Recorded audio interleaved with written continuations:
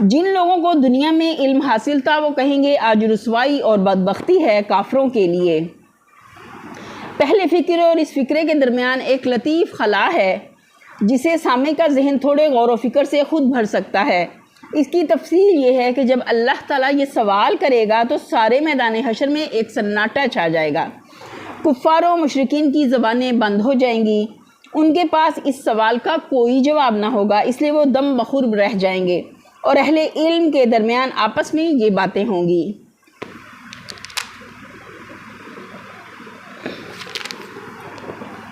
الذین یتوفاہم الملائکۃ ظالمی انفسہم فالقوا السلم ما کننا نعمل من سوء بلی ان اللہ علیم بما کنتم تعملون۔ ہاں انہی کافروں کے لیے جو اپنے نفس پر ظلم کرتے ہوئے جب ملائکہ کے ہاتھوں گرفتار ہوتے ہیں تو سرکشی چھوڑ کر فوراً ڈگے ڈال دیتے ہیں اور کہتے ہیں ہم تو کوئی قصور نہیں کر رہے تھے۔ ملائکہ جواب دیتے ہیں کہ کیسے نہیں کر رہے تھے، اللہ تمہارے کرتوتوں سے خوب واقف ہے۔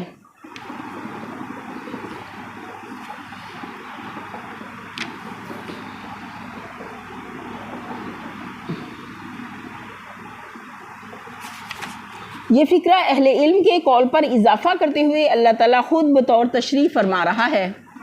جن لوگوں نے اسے بھی اہل علم ہی کا قول سمجھا ہے انہیں بڑی تعویلوں سے بات بتانی پڑی ہے اور پھر بھی بات پوری نہیں بن سکی۔ یعنی جب موت کے وقت ملائکہ ان کی روحیں ان کے جسم سے نکال کر اپنے قبضے میں لے لیتے ہیں اس وقت کی موقع میں جو بات چیت ہوتی ہے اس کا ذکر ہے یہاں۔ فَادْخُلُوا أَبْوَابَ جَهَنَّمَ خَالِدِينَ فِيهَا فَلَبِئْسَ مَثْوَى الْمُتَكَبِّرِينَ۔ اب جو جہنم کے دروازوں میں گھس جاؤ وہیں تم کو ہمیشہ رہنا ہے، پس حقیقت یہ ہے کہ بڑا ہی برا ٹھکانہ ہے متکبروں کے لیے۔ یہ آیت اس کے بعد والی آیت جس میں قبض روح کے بعد متقیوں اور ملائکہ کی گفتگو کا ذکر ہے قرآن مجید کی ان متعدد آیات میں سے ہے جو صریح طور پر عذاب و ثواب قبر کا ثبوت دیتی ہیں۔ حدیث میں قبر کا لفظ مجازن عالم برزخ کے لیے استعمال ہوا ہے اور اس سے مراد وہ عالم ہے جس میں موت کی آخری ہچکی سے لے کر بعث بعد الموت کے پہلے جھٹکے تک انسانی ارواح رہیں گی۔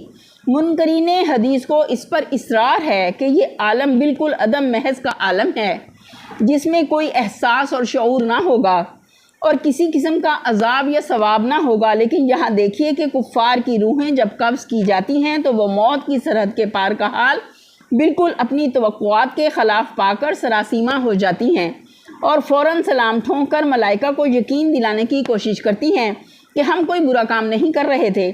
جواب میں ملائکہ ان کو ڈانٹ بتاتے ہیں اور جہنم واصل ہونے کی پیشخبری دیتے ہیں۔ دوسری طرف اتقیاء کی روحیں، متقین کی روحیں جب قبض کی جاتی ہیں تو ملائکہ ان کو سلام بجا لاتے ہیں اور جنتی ہونے کی پیشگی مبارکباد دیتے ہیں۔ کیا برزخ کی زندگی احساس، شعور، عذاب اور ثواب کا اس سے بھی زیادہ کھلا ہوا کوئی ثبوت درکار ہے؟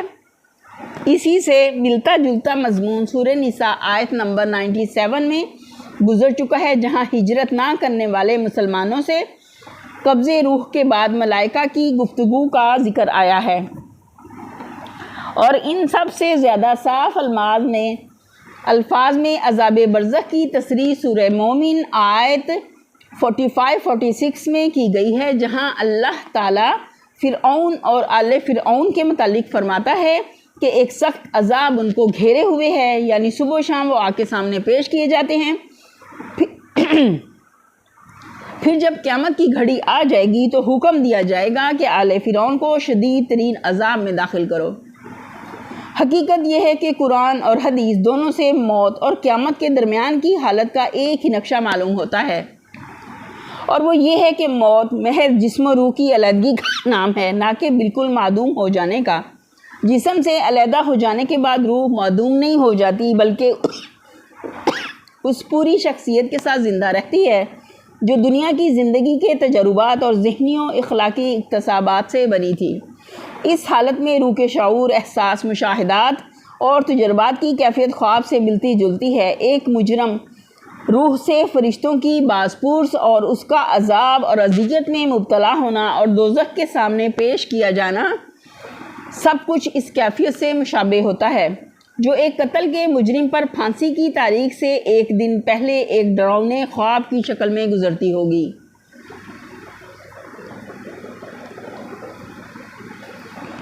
اسی طرح ایک پاکیزہ روح کا استقبال اور پھر اس کا جنت کی بشارت سننا اور اس کا جنت کی ہواؤں اور خوشبوؤں سے متمتع ہونا، یہ سب بھی اس ملازم کے خواب سے ملتا جلتا ہوگا جو حسن کارکردگی کے بعد سرکاری بلاوے سے پر ہیڈ کوارٹر میں حاضر ہوا ہو اور وعدہ ملاقات کی تاریخ سے ایک دن پہلے آئندہ انعامات کی امیدوں سے لبریز ایک سہانا خواب دیکھ رہا ہو۔ یہ خواب یک لخت نفخہ سور دوم سے ٹوٹ جائے گا اور یکا یک میدان حشر میں اپنے آپ کو جسم و روح کے ساتھ زندہ پا کر مجرمین حیرت سے کہیں گے کہ یا ویلنا من بعثنا من مرقدنا، ارے یہ کون ہمیں ہماری خوابگاہوں سے اٹھا لایا؟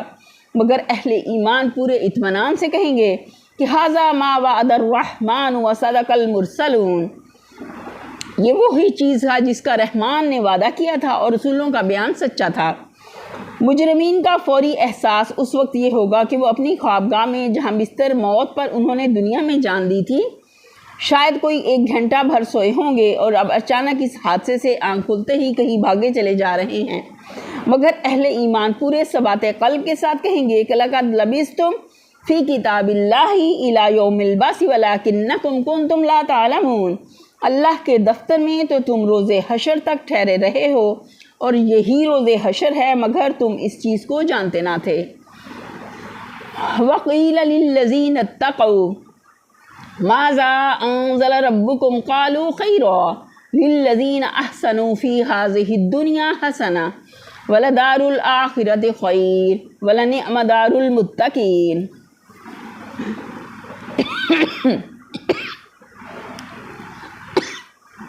دوسری طرف جب خدا ترس لوگوں سے پوچھا جاتا ہے کہ یہ کیا چیز ہے تمہارے رب کی طرف سے نازل ہوئی ہے تو وہ جواب دیتے ہیں کہ بہترین چیز اتری ہے۔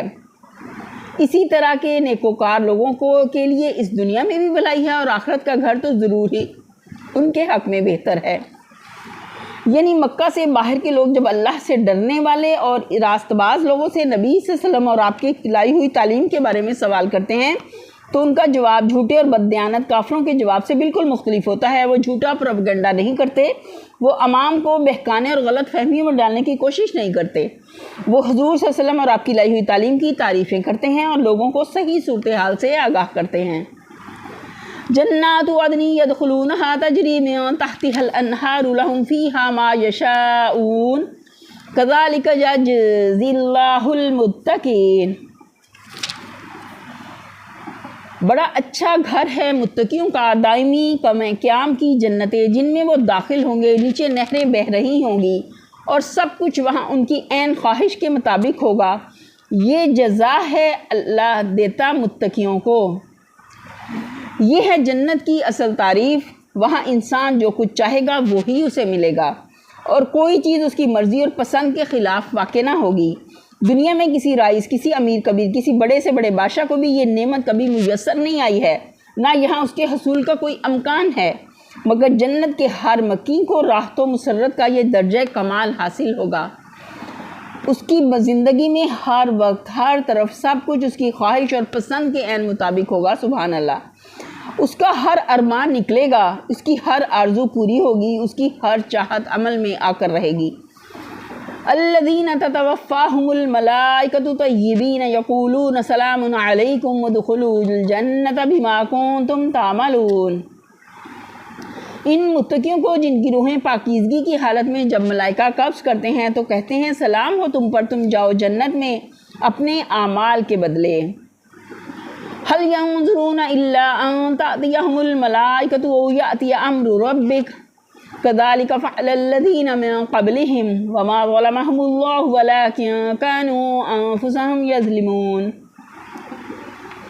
ان متقیوں کو جن کی روحیں پاکیزگی کی حالت میں جب ملائکہ قبض کرتے ہیں تو کہتے ہیں سلام ہو تم پر، تم جاؤ جنت میں اپنے اعمال کے بدلے۔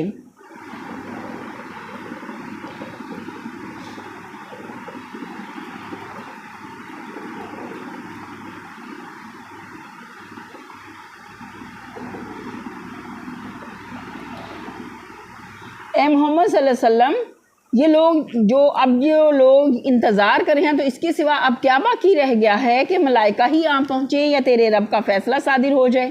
اس طرح کی جھٹائی ان سے پہلے بہت سے لوگ کر چکے ہیں، پھر جو کچھ ان کے ساتھ ہوا وہ ان پر اللہ کا ظلم نہ تھا بلکہ ان کا اپنا ظلم تھا جو انہوں نے خود اپنے اوپر کیا۔ یہ چند کلمے بطور نصیحت اور تنبیہ کے فرمائے جا رہے ہیں۔ مطلب یہ ہے کہ جہاں تک سمجھانے کا تعلق تھا تم نے ایک ایک حقیقت پوری طرح کھول کر سمجھا دی، دلائل سے اس کا ثبوت دے دیا، کائنات کے پورے نظام سے اس کی شہادتیں پیش کر دی۔ کسی ذی فہم آدمی کے لیے شرک پر جمے رہنے کی کوئی گنجائش باقی نہیں چھوڑی۔ اب یہ لوگ ایک صاف سیدھی بات کو مان لینے میں کیوں تعامل کر رہے ہیں؟ کیا اس کا انتظار کر رہے ہیں کہ موت کا فرشتہ سامنے آ کھڑا ہو تو زندگی کے آخری لمحے میں مانیں گے، یا اللہ کا عذاب سر پر آ جائے تو اس کی پہلی چوٹ کھا لینے کے بعد مانیں گے؟ فَأَصَابَهُمْ سَيِّئَاتُ مَا عَمِلُوا وَحَاقَ بِهِم مَّا كَانُوا بِهِ يَسْتَهْزِئُونَ۔ ان کی کرتوتوں کی خرابیاں آخرکار ان کی دامنگیر ہو گئیں اور وہی چیز ان پر مسلط ہو کر رہی جس کا وہ مذاق اڑایا کرتے تھے۔ وَقَالَ الَّذِينَ أَشْرَكُوا لَوْ شَاءَ اللَّهُ مَا عَبَدْنَا مِن دُونِهِ مِن شَيْءٍ نَحْنُ وَلَا آبَاؤُنَا وَلَا حَرَّمْنَا مِن دُونِهِ مِن شَيْءٍ كَذَلِكَ فَعَلَ الَّذِينَ مِن قَبْلِهِمْ فَهَلْ عَلَى الرُّسُلِ إِلَّا الْبَلَاغُ الْمُبِينُ۔ یہ مشرکین کہتے ہیں اگر اللہ چاہتا تو نہ ہم اور نہ ہمارے باپ دادا اس کے سوا کسی اور کی عبادت کرتے اور نہ اس کے حکم کے بغیر کسی چیز کو حرام ٹھہراتے۔ ایسے ہی بہانے ان سے پہلے کے لوگ بھی بناتے رہے ہیں۔ تو کیا رسولوں پر صاف صاف بات پہنچا دینے کے سوا اور بھی کوئی ذمہ داری ہے؟ مشرکین کی اس حجت کو سورہ آیات 148-149 میں بھی نقل کر کے اس کا جواب دے دیا گیا ہے۔ وہ مقام اور اس کے حواشی اگر نگاہ میں رہیں تو سمجھنے میں زیادہ سہولت ہوگی۔ یعنی یہ کوئی نئی بات نہیں ہے کہ آج تم لوگ اللہ کی مشیت کو اپنی گمراہی اور بدعمالی کے لیے حجت بنا رہے ہو۔ یہ تو بڑی پرانی دلیل ہے جسے ہمیشہ سے بگڑے ہوئے لوگ اپنے ضمیر کو دھوکہ دینے اور ناسوں کا منہ بند کرنے کے لیے استعمال کرتے رہے ہیں۔ یہ مشرکین کی حجت کا پہلا جواب ہے۔ اس جواب کا پورا لطف اٹھانے کے لیے یہ بات ذہن میں رہنی ضروری ہے کہ ابھی چند سطریں پہلے مشرکین کے اس پروپیگنڈے کا ذکر گزر چکا ہے جو وہ قرآن کے خلاف یہ کہہ کر کیا کرتے تھے کہ اجی وہ تو پرانے وقتوں کی فرسودہ کہانیاں ہیں۔ گویا ان کو نبی پر اعتراض یہ تھا کہ یہ صاحب نئی بات کون سی لائے ہیں، وہی پرانی باتیں دہرا رہے ہیں جو طوفان نوح کے وقت سے لے کر آج تک ہزاروں مرتبہ کہی جا چکی ہیں۔ اس کے جواب میں یہاں ان کی دلیل جسے وہ بڑے زور کی دلیل سمجھتے ہوئے پیش کرتے تھے کا ذکر کر کے یہ لطیف اشارہ کیا گیا ہے کہ حضرات آپ ہی کون سے ماڈرن ہیں، یہ مایا ناز دلیل جو آپ لائے ہیں اس میں قطعی کوئی اپج موجود نہیں ہے، وہی دقیانوسی بات ہے جو ہزاروں برس سے گمراہ لوگ کہتے چلے آ رہے ہیں، آپ نے بھی اسی کو دہرا دیا ہے۔ وَلَقَدْ بَعَثْنَا فِي كُلِّ أُمَّةٍ رَسُولًا أَنِ اعْبُدُوا اللَّهَ وَاجْتَنِبُوا الطَّاغُوتَ فَمِنْهُم مَّنْ هَدَى اللَّهُ وَمِنْهُم مَّنْ حَقَّتْ عَلَيْهِ الضَّلَالَةُ فَسِيرُوا فِي الْأَرْضِ فَانظُرُوا كَيْفَ كَانَ عَاقِبَةُ الْمُكَذِّبِينَ۔ ہم نے ہر امت میں ایک رسول بھیج دیا اور اس کے ذریعے سے سب کو خبردار کر دیا کہ اللہ کی بندگی کرو اور طاغوت کی بندگی سے بچو۔ اس کے بعد ان میں سے کسی کو اللہ نے ہدایت بخشی اور کسی پر ضلالت مسلط ہو گئی۔ پھر ذرا زمین میں چل پھر کر دیکھ لو کہ جھٹلانے والوں کا کیا انجام ہو چکا ہے۔ یعنی تم اپنے شرک اور اپنی خود مختارانہ تحلیل و تحریم کے حق میں ہماری مشیت کو کیسے سند جواز بنا سکتے ہو، جبکہ ہم نے ہر امت میں اپنے رسول بھیجے اور ان کے ذریعے سے لوگوں کو صاف صاف بتا دیا کہ تمہارا کام صرف ہماری بندگی کرنا ہے، طاغوت کی بندگی کے لیے تم پیدا نہیں کیے گئے ہو۔ اس طرح جب کہ ہم پہلے ہی معقول ذرائع سے تم کو بتا چکے ہیں کہ تمہاری ان گمراہیوں کو ہماری رضا حاصل نہیں ہے، تو اس کے بعد ہماری مشیت کی آڑ لے کر تمہارا اپنی گمراہیوں کو جائز ٹھہرانا صاف طور پر یہ معنی رکھتا ہے کہ تم چاہتے تھے کہ ہم سمجھانے والے رسول بھیجنے کے بجائے ایسے رسول بھیجتے جو ہاتھ پکڑ کر تم کو غلط راستوں سے کھینچ لیتے اور زبردستی تمہیں راسترو بنا دیتے۔ اور رضا کے فرقوں کو سمجھنے کے لیے ہمیں اپنی عقل کا استعمال کرنا ہے۔ یعنی ہر پیغمبر کی آمد کے بعد اس کی قوم دو حصوں میں تقسیم ہوئی، بعض نے اس کی بات مانی اور یہ مان لینا اللہ کی توفیق سے تھا، اور بعض اپنی گمراہی پر جمے رہے۔ یعنی تجربے سے بڑھ کر تحقیق کے لیے قابل اعتماد کسوٹی اور کوئی نہیں ہے۔ اب تم خود دیکھ لو کہ تاریخ انسانی کے پے در پہ تجربات کیا ثابت کر رہے ہیں۔ عذاب الہی فرعون نے آل فرعون پر آیا، موسیٰ اور بنی اسرائیل پر، صالح کے جھٹلانے والوں پر آیا یا ماننے والوں پر؟ یہ عذاب الہی فرعون اور آل فرعون پر آیا یا موسیٰ اور بنی اسرائیل پر؟ صالح کے جھٹلانے والوں پر آیا یا ماننے والوں پر؟ ہود اور نوح اور دوسرے انبیاء کے منکرین پر آیا یا مومنین پر؟